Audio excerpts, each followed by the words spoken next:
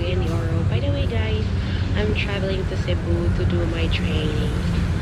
So, nice kayong port sa Cagayan de Oro guys. So clean and very organized. And it's safe pod. So, by the way, musulod na ta guys. And ato nang i-scan ang ato ang gamit. So, na po sila yung security check. Of course, it's mandatory. So, muna ni siya guys. We're going to the boarding gate. So, let's get ticket. So, nara guys, boarding gate. And I'm gonna travel with Kokaliong. Because Kokaliong guys, the arrival is so early. So, it's more than enough to reach my training. So, nara guys, pasaka na ta sa gangway. Pasaka na ta sa gangway guys. So, muna yung room guys. Tourist lang siya guys, pero aircon na siya. Air condition.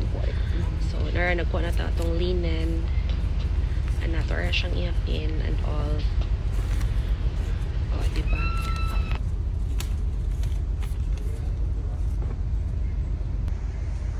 And of course guys, ako rin mo skip. Bahala diya, mabili ng tanan ay lang ni.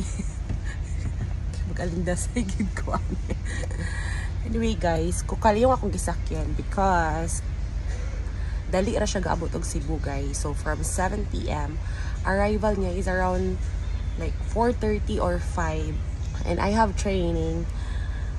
And departure for the training is, assembly time is 5:45. So, sakto lagi kaayo pag-abot na og Cebu. Adto rin ko sa training center.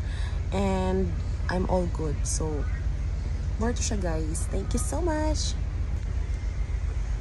Hi guys. So, inani lang ang eksena there guys.